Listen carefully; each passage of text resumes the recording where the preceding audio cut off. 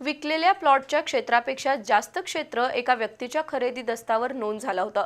चुकीची फेरफार नोंद दुरुस्तीसाठी पन्हाळा तालुक्यातील सातवे इथला तलाठी हणमंत बदडे यानं 10,000च्या लाचेची मागणी केली होती। त्यामुळे त्या नागरिकानं अँटी करप्शन विभागाकडे तक्रार दिली।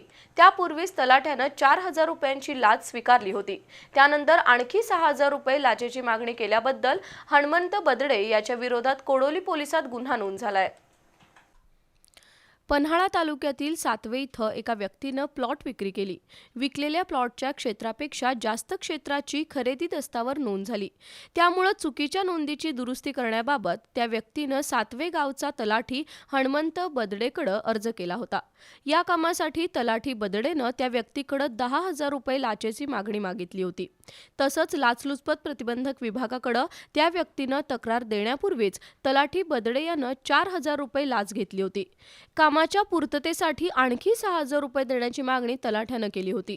त्याबद्दल त्या व्यक्तीनं कोल्हापुरातील लाचलुचपत प्रतिबंधक विभागाकडे तक्रार केली। त्यानुसार साक्षीदार आणि पंचासोबत लाचेच्या मागणीची पडताळणी करण्यात आली। त्यामध्ये तलाठी हणमंत बदडे यानं लाचेची मागणी केल्याचं निष्पन्न झालं। त्यामुळे बदडे विरोधात कोडोली पोलिसात गुन्हा दाखल होऊन त्याला आज अटक करण्यात आली आहे।